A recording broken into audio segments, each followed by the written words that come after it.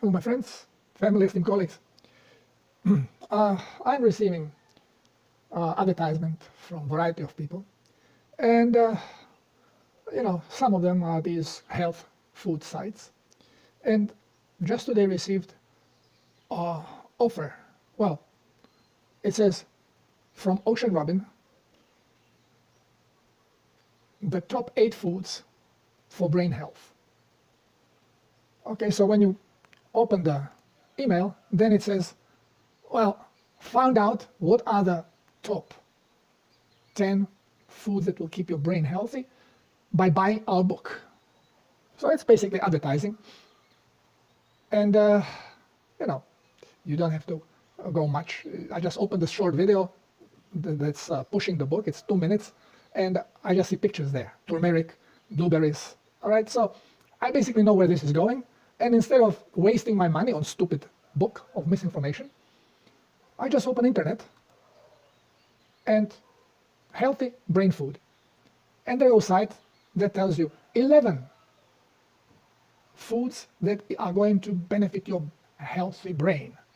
Okay, and I want us to go through this together. So let's check the site. Okay, so here we have it. The best foods for a healthy brain and improved memory. So let's see. My cat Zgat wants to join us here in conversation. Hey Zgati. Hi. All right. So let's check it out. What are these? They're here. I think they mentioned 11 foods here. Okay, so let's see. First, fatty fish. Okay, here we are. Spot on the money. Salmon, trout, tuna, herring, sardines. All right, this is fine. Now, number 2, coffee. Bingo! Strong toxin, especially neurotoxin. It excites brain, but it actually is poisonous. It has a lot of caffeine and all the other crap. So anything that is made out of seeds is going to be very toxic. It says increases alertness. Yeah, but it has nothing to do with healthy brain. Improved mood. Again, nothing to do with healthy brain. And it's not, you're basically getting wired. Okay, so it's same like saying cocaine should be much more effective as a brain food because it makes you even more jumpy and more alert. Schmucks. Okay, blueberries. Benefits of blueberries. Antioxidants. Now, what do we know about antioxidants? Most of them are phenols. They are toxic. So how can toxic food be good for brain? Turmeric, another medicinal remedy. Curcumin improves memory. In which way? When it is toxic. Okay, so now helps new brain cells grow. In which way? You see, it is not important on which side you go because they all copy each other with the same nonsense. Broccoli. In which way is broccoli going to be stimulating for the brain? Not stimulating, but healthy. Oh, vitamin K, but it's a plant-based vitamin, completely different animal than our vitamin K. Okay, so summary. Broccoli contains a number of compounds that have powerful antioxidants. Again, antioxidant. Garbage. Pumpkin seeds. What do we know about vegetable oils? Toxic for humans.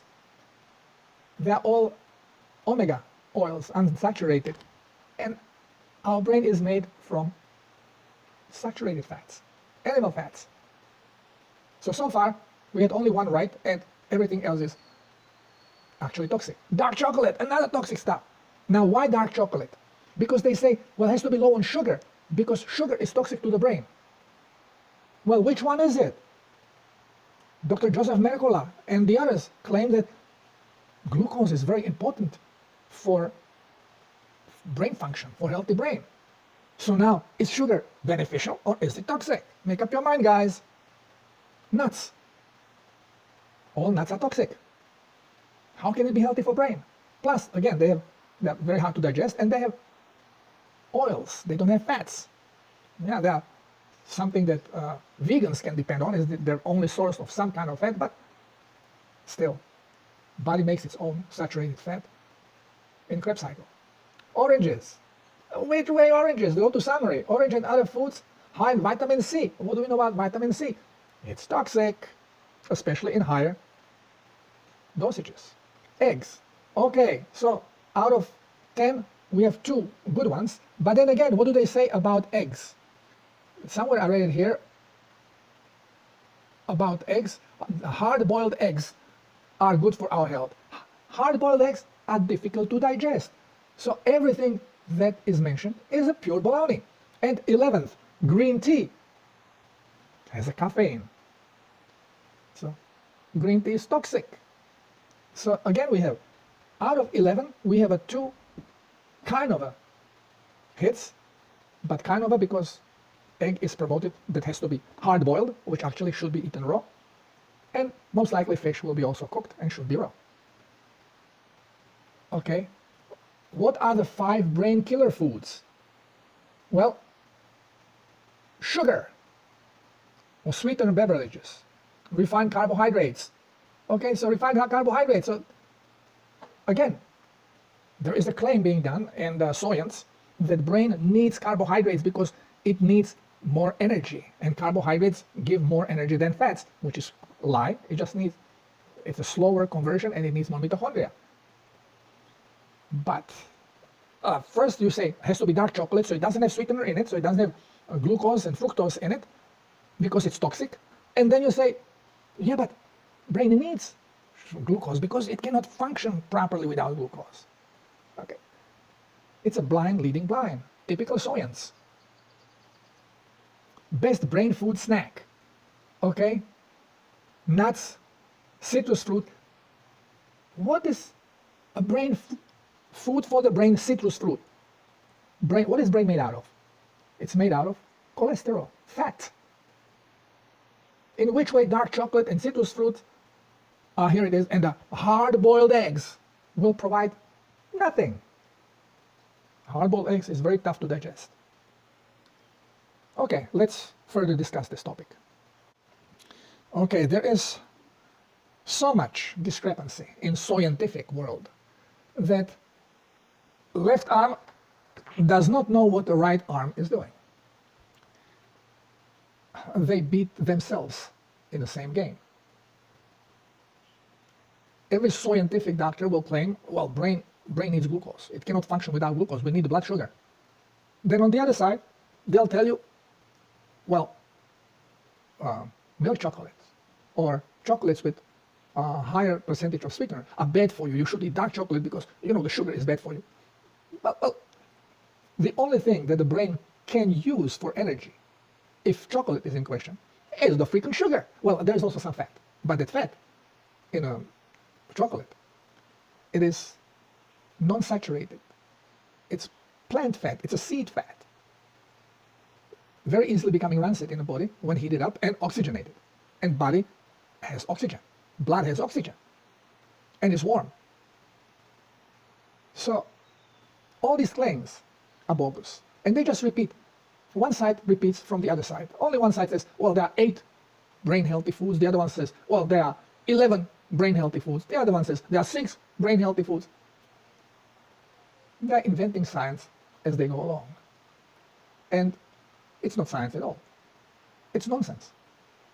Because if you're talking about brain health, well, you first have to understand what is brain made out of and how to keep it up. Well, if you are vegan, you cannot do much about it because brain is made out of fat. And you are not providing it. You are providing some oils which are bad for us. So body will have to make its own fat, and it will have to use then starches. Vegans cannot survive unless they have some cooked food in there, because the starch will then be used in the body, switch the body into glucoholic state, and start producing fat. And this fat then can be used. The benefit that goes to vegans is that they do not indulge on food because they limit the intake of carbohydrates. So they are forcing the body to maintain certain level, certain amount of mitochondria, because they will still be using a lot of fat for energy. But the fat will be manufactured in the liver from carbohydrate. So they eat sugar. Some sugar is going to be directly involved while they are eating it in production of energy. When they stop eating it, quickly the sugar level drops. So now the sugar is not going to be pushed into the cell anymore, and cell will now need to use fat. And if you keep spacing between eating, then the cell will have to force to have active certain amount of mitochondria and use the fat to produce energy on a cellular level. So as a vegan eats, some of the sugar is going directly into powering the cells, some of the sugar goes into liver, is being converted into the fat. So when vegans are not eating, then this fat can be then used to produce energy. Again, it's like sitting on two chairs. You will never be comfortable. Your body cannot work correctly. So it's not healthy at all. But since they are eating more raw food than vegetarians, then they will not absorb so much sugar because they eat less starches, less exposed starches. As I explained, raw vegetables are pure cellulose. All carbohydrates are embedded in the cells of cellulose, so in the cells which are covered with cellulose, so the body has no access to them. You cannot digest it. Only the little bit of bread that they eat, and they prepare some tofu junk and stuff which is made out of plants. They'll be able to metabolize it, but it's a bad source of energy, and again, it's carbohydrate. And it is taking the body into glucoholic state. It cannot be in ketogenic because as soon as you are depending on carbohydrates, you cannot be in ketogenic state. And then the claim is, oh, now in this state, how can we keep brain healthy? But brain is pure fat, animal fat, which means your body will have to produce it, and it's very difficult, especially because the oils that you take and because of the carbohydrate that has to be turned now into fat in the liver. Cells can also do some of it. For example, cells use fat to produce glycogen. But which cells? Brain cells and muscle cells. Only those two are doing this job. Every cell is capable of doing it, but they're not programmed to do that. You don't have deposits of glycogen in a bone. You don't have deposits of glycogen in your kidneys. You don't have deposits of glycogen in your blood vessels. You don't have it in a heart. Well, heart is a muscle. You may have it there. But you are not going to have it in the tissues because glycogen, glucose, is supposed to be used for energy only in a stress situation that your life depends on. And this is why then stress hormones will trigger the release of glucose from glycogen and feed exactly the cells that need it for stress situation, brain for quick thinking and muscles to execute. And then liver is the only one that can pump the sugar, release it into the blood. And when it does it, as soon as the level of sugar increases in the blood, insulin is triggered to be released. Insulin doesn't release before sugar appears. And why? Because as soon as level of sugar in the blood increases over the radar, over the regular level that should be maintained, then the body goes into stress mode. Because usually this only happens, or this is supposed to only happen when you're in a stress situation, the sugar jumps, because liver would be releasing it. You should never get it through the diet. No other mammal gets it through the diet. Only humans and animals that we feed, because we feed them with that junk food, which is carbohydrate. Dietary carbohydrate, stripped of cellulose. So when we go to the brain health, you want the healthy food for brain? Chicharron, the pork fat, pork rinds. Put some salt on them, sea salt on them. Yo, that's a brain food. Pork fat, put some salt on it. In the past, this was the most important food there was. Piece of bread, pork fat smeared on it, some salt, and you eat it. Bread because we were duped into bread. But pork fat, fabulous food. Any kind of animal fat is fabulous food. And it's a brain food because this has everything that your body needs to create cholesterol, if needs to be. and then to provide you with triglycerides, to keep your energy level up, and keeps you in ketogenic state, which you should be at all times. Not as the science is telling us, fasting is not good because it takes you in ketogenic state, and ketogenic state is not the good, healthy state for our body to be in. So for every mammal on this planet, it is healthy state. But for human mammal, it's a toxic state. How does that work? Please explain to me. How does that work? Zombies. We are all zombies accepting this baloney science. Step out of it, guys. Colleagues, please. Think. What is good food for your body? It is good food for your cells. It is good food for your brain, for your liver, for your kidney, for your blood vessels. It's all the same food. There's only one good food, which is a raw animal product. A raw animal protein and fat. It contains all the vitamins that we need, but we can make them ourselves, as well as animal make them. That we cannot make vitamins, it's a baloney. Now, of course, scurvy is being said. Oh, the seamen, 2 months at sea, 3 months at sea, and they would have scurvy, teeth would be falling out. Well, what did they eat? And what did they drink? They drank stale water because they didn't want to drink seawater. They would not mix seawater with the rainwater that they had. And they lived on bread. No nutrition. The worst possible stuff you can put in a body. It's empty food. Yes, it gives you energy, but that's it. There's no minerals in it. And of course, they're all afraid of drinking salt water. So, as soon as you provide your body with the fresh meat, and sailors, they could have been fishing, they could have eaten fish. They would not have scurvy.